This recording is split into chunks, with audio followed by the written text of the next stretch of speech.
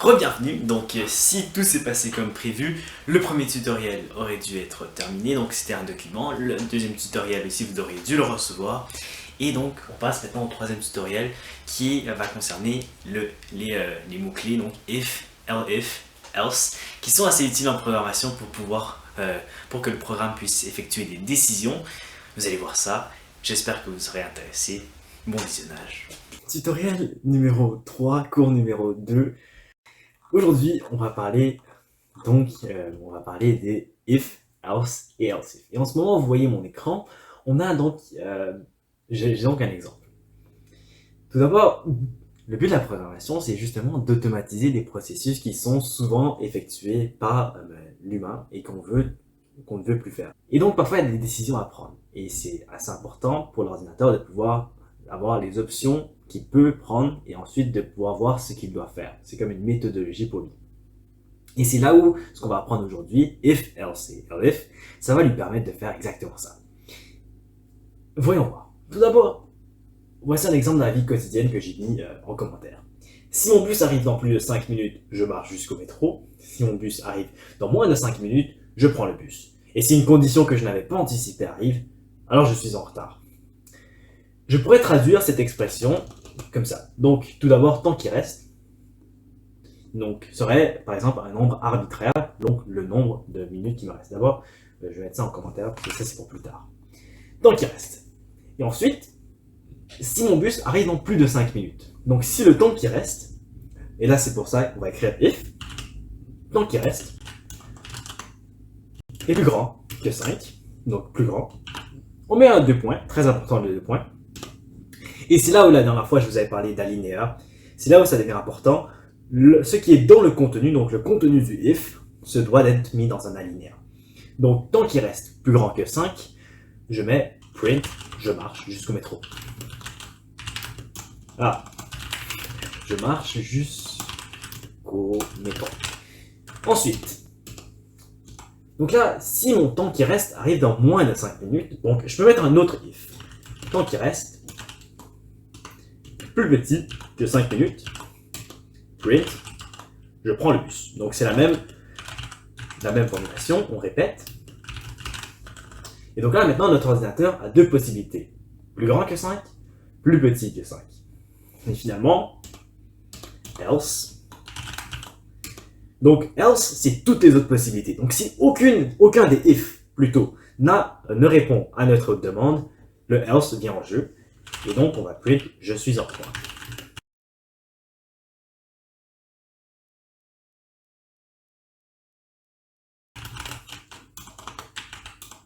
Voilà. Qu'est-ce qui se passe si maintenant je roule le programme, par exemple, avec 10 minutes? Je marche jusqu'au métro, et on voit que je suis aussi en retard. Pourquoi donc? Eh bien, ça c'est à cause de la hiérarchie des if et des else. Je m'explique. Les if viennent en premier. Donc, au sommet de la hiérarchie, il y a les if. Et ensuite, il y a ce qu'on appelle les else et les elif.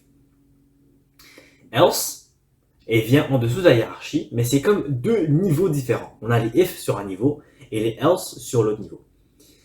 Là, ce qui se passe, c'est que s'il y a un if ici qui est vrai, le if va rouler. Donc ici, le if qui est plus grand que 5 est vrai. Donc ça va mettre « je marche jusqu'au métro ». Mais ça va aussi mettre « else » parce que techniquement, else est sur un autre niveau. Donc ça va d'abord essayer tous les if. Et ça va remplir toutes les demandes de tous les if. Et maintenant que tous les if ont fini leur demande, ça va aller au elif et au else. Et ici, il y a juste un else. Donc ça va mettre « je suis en retard ». Donc c'est comme deux niveaux différents. Donc je vais même les séparer par une longue ligne en commentaire pour montrer que c'est deux niveaux différents.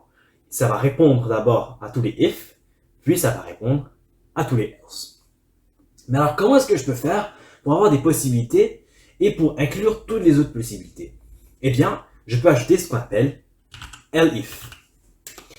Elif, c'est simplement donc un niveau entre if et else. Mais c'est plus au niveau. Donc, je vais donner un exemple à la place. Si je transforme ce if, le deuxième if que j'avais ici au début, en elif. Là, on roule ce programme. Et là, il y a juste je marche jusqu'au métro qui sort. Donc on comprend que les if ici ont fonctionné.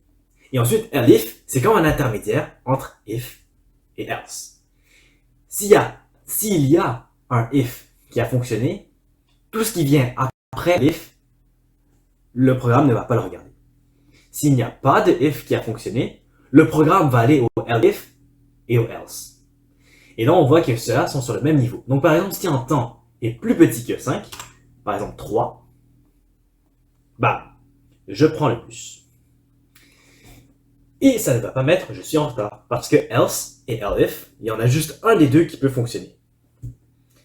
Et là, c'est pour ça que lorsqu'on écrit if, elif et else, ce que je vous recommande pour plus de logique, c'est que vous mettez le premier en if, toutes les autres possibilités elif et le dernier else, et la possibilité else, ça englobe tout le reste. Donc par exemple, si ici j'ai un temps qui est égal à 5. Si j'ai un temps qui est égal à 5, ça me dit que je suis en retard. Parce que, ici, plus grand que 5, plus petit que 5, n'englobe pas 5. Mais si on voulait englober 5, c'est là où plusieurs autres opérations sont possibles. Par exemple, plus grand ou égal à 5, j'ajoute juste un égal. Donc c'est comme lorsqu'on le lit, plus grand ou égal. De même, plus petit ou égal. Donc là, si je roule les deux, on voit que ça me donne, je marche jusqu'au métro. Parce qu'on se rappelle, la hiérarchie, if vient avant, elif vient après. Donc, ici, le if est vrai, ça va mettre ça, c'est vrai, donc ça va imprimer ça, et ça va arrêter ici. Ça va ignorer tout ce que j'ai mis en bleu pour l'instant. Puis, ça va juste continuer. Pourquoi? Parce que même si le elif ici est vrai, le elif est plus bas que le if dans la hiérarchie. Et donc, c'était à peu près ça pour la hiérarchie.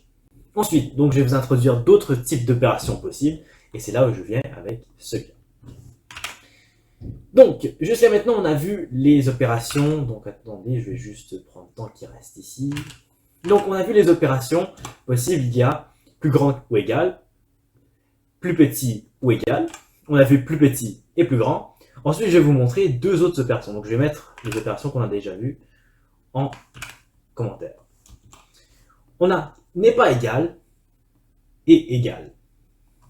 Qu'est-ce que ça veut dire? Le point d'exclamation égal, c'est n'est pas égal. Donc si le temps qui reste n'est pas égal à 5, ça va faire print, le temps qui reste n'est pas de 5.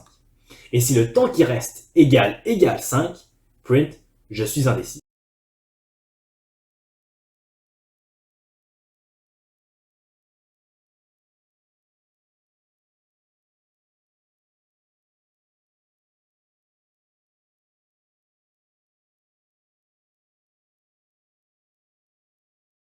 Et on voit aussi, comme je l'avais dit, on commence toujours par un if.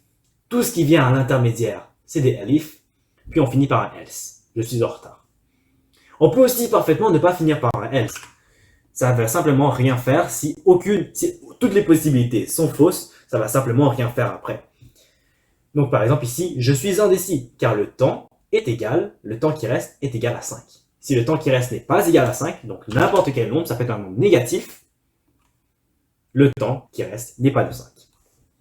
Et donc, c'était tout pour if, else et elif. Maintenant, je vais vous montrer une combinaison. Qu'est-ce qui se passe si on veut combiner? Bon, alors je vais en retirer tout ce qu'il y a dans ce document et je vais vous donner un autre exemple. Prochain exemple. Bon, c'est un bon exemple, j'y ai pensé très longtemps. Vous allez voir. Donc, je le mets en commentaire. S'il me reste moins de 5 minutes inclusivement à mon examen et qu'il ne me reste plus aucun numéro, je passe une dernière vérification. S'il me reste 5 minutes à mon examen et qu'il ne me reste plus aucun numéro ou que je m'appelle Stéphane Moulac, je remets ma copie. Dans les autres cas, je prie. Alors, bon, je vais simplifier celui-là pour l'instant. Je vais pas le mettre comme ça, je vais mettre s'il me reste 0 minutes à mon examen. Voilà, comme ça. Ça va simplifier pour l'instant. Donc, maintenant, les opérateurs que je vais vous montrer, c'est et ou. Donc, si on lit ces questions, on voit qu'il y a deux conditions. Le premier if a deux conditions, et le deuxième elif, le premier elif en fait, a deux conditions aussi. Dans ces cas-ci, comment est-ce que ça va fonctionner? Eh bien, on a des mots-clés pour jumeler plusieurs conditions ensemble. Par exemple, pour le premier, if. Et là, il me reste moins de 5 minutes. Donc, je vais déclarer un temps qui reste encore. Temps qui reste. Si le temps qui reste, je déclare ça, reste moins de 5 minutes, inclusivement. Donc, le temps qui reste, je peux commencer et je vais déclarer une variable au hasard. Donc, par exemple, il me reste 90 minutes. Bon, alors, if, temps qui reste, il me reste moins de 5 minutes. Donc, if, temps qui reste, plus petit que 5 minutes. Et, donc, en Python, on dit and. Donc, c'est pour ça que je disais Python est un langage syntaxiquement très facile. C'est comme de l'anglais. If, tant qu'il reste plus petit que 5, and, il ne me reste plus aucun numéro, donc je vais déclarer une autre variable, le nombre de numéros. On va dire il me reste 0 numéro. Donc si le temps qui reste est plus petit que 5, and, nombre de numéros est égal 0, il ne me reste plus aucun numéro. Donc égal 0. Je peux print, je passe une dernière vérification. Donc, je vais copier ça.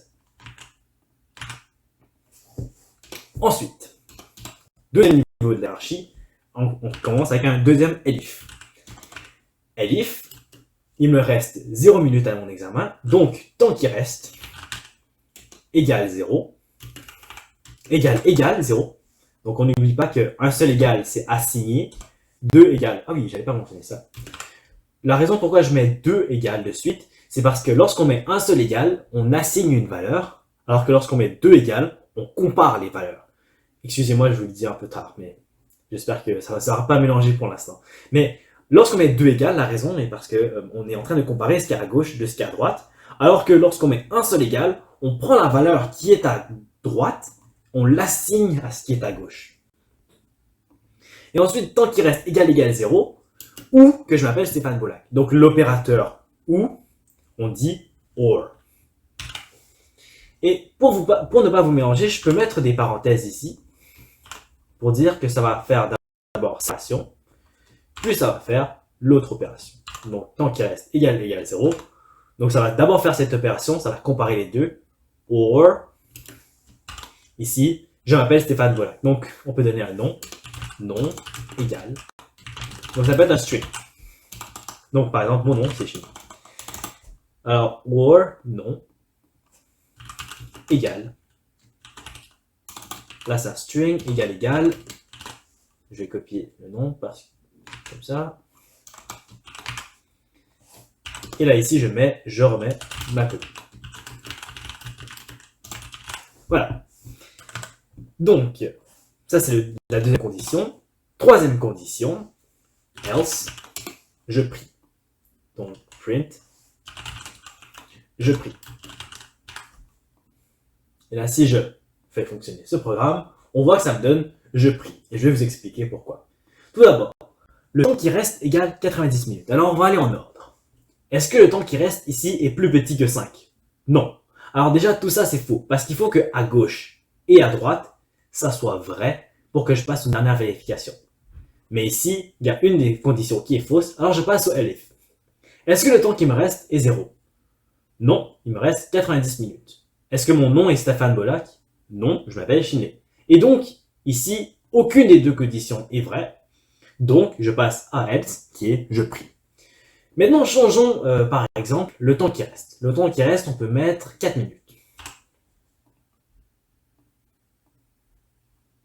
Donc, temps qui reste, 4 minutes, je passe une dernière vérification. On va refaire le même processus. Le temps qui reste ici, est-ce qu'il est plus petit que 5? Oui. Est-ce que le nombre de numéros est égal à 0? Oui. Alors ici, les deux conditions sont vraies, je passe une dernière vérification. Maintenant, je peux changer le temps qui reste pour 0 minutes. Et on va voir. Je passe le temps qui reste égale 0 minutes. Donc, ici, ça me dit encore, je passe une dernière vérification, même si c'est supposé me donner autre chose. Très intéressant. Ah, non, c'est vrai. Le temps qui reste, ça passe une dernière vérification parce que sur la hiérarchie, if est plus haut que elif. Donc, ici, le temps qui reste est plus petit que 0, est plus petit que 5, ça va passer une dernière vérification. Mais par exemple, il me reste 5 numéros. Disons. Là, ça me dit, je remets ma copie. Donc, excusez-moi pour la confusion. La raison pour laquelle, quand j'avais mis temps qui reste égale 0, c'est parce que quand c'était temps qui reste égale 0 et qu'il y avait un nombre de numéros égal à 0, puisque 0 est plus petit que 5, je passe une dernière vérification, même si le temps qui reste est techniquement 0, donc je pourrais techniquement plus faire de vérification. Ça, c'est une erreur de logique de ma part. Par contre, donc ici, il me reste 5 numéros et le temps qui reste est de 0. Donc, ici, le temps qui reste est bel et bien plus petit que 5, mais le nombre de numéros n'est pas égal à 0. Puisque le nombre de numéros n'est pas égal à 0, cette condition au complet est fausse. Ensuite, on va au deuxième. Le temps qui reste égale 0, oui. Mon nom est Stéphane Bolac, non. Mais, puisque c'est une condition OR, il faut que à gauche ou à droite ce soit vrai pour que la fonction complète s'effectue. Et c'est pourquoi je remets ma copie. Parce que le temps qui reste égale 0. Donc, la condition AND et OR sont différentes. Les deux conditions sont différentes. La condition AND, il faut que les deux côtés du AND soient vrais. Alors que la condition OR, un seul des côtés doit être vrai pour que l'entièreté de l'opération s'opère. Et donc, je voulais finir par, si le temps qui reste est plus grand que 0, par exemple 5, est plus grand que 5, et que, à la place, je m'appelle Stéphane Bolac. Donc, voilà.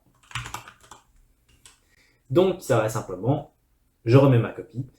Donc, ici, le temps qui reste est plus grand que 5, parce que 5 est techniquement pas égal à 5, et pas égal à 5, donc c'est plus grand. Donc, ce n'est pas plus petit, en fait. Et ensuite, le nombre de numéros n'est pas égal à 0, donc ici, c'est faux. Le temps qui me reste ici n'est pas égal à 0, mais mon nom est Stéphane Bolac, alors je remets ma copie. Et c'était tout pour cette petit cours, ce tutoriel. J'espère qu'il n'a pas duré trop longtemps. Et puis, donc voilà, maintenant je vais vous montrer le petit exercice pour finir. Donc vous pouvez faire cet exercice via encore les réseaux sociaux ou par courriel. Ça va me permettre aussi de juger si vous avez compris, mais aussi c'est une bonne occasion pour me poser plein de questions si vous en avez, parce que le plus important c'est que vous compreniez et que, bon, c'est la seule façon pour moi de juger si mon projet personnel fonctionne ou pas. Donc, le petit exercice, ce serait de créer un menu avec autant d'éléments que vous voulez. Donc, le menu serait une liste. Donc, ensuite, vous montriez la liste, donc vous imprimiez la liste à l'utilisateur avec les connaissances qu'on a appris la semaine dernière. Et ensuite, l'utilisateur rentre un ingrédient. Donc, je peux rentrer un ingrédient via la fonction input qu'on a appris la semaine dernière. Et ensuite, la semaine dernière, mais ça se peut que c'était plus tôt, et vous lui retournez un prix. Donc, en fait, je veux que le gros du problème, c'est en fait que vous retourniez, donc, if. Vous faites en fait plusieurs if et else if, et en fonction de l'ingrédient qu'on vous donne, vous allez retourner un prix. Donc, c'était tout pour le numéro. Si vous avez des questions pour ce numéro, n'hésitez vraiment pas à me demander. Je suis vraiment ici pour vous aider. Donc, si vous avez de la difficulté, vous venez me demander. Et puis, c'est tout, hein. Merci.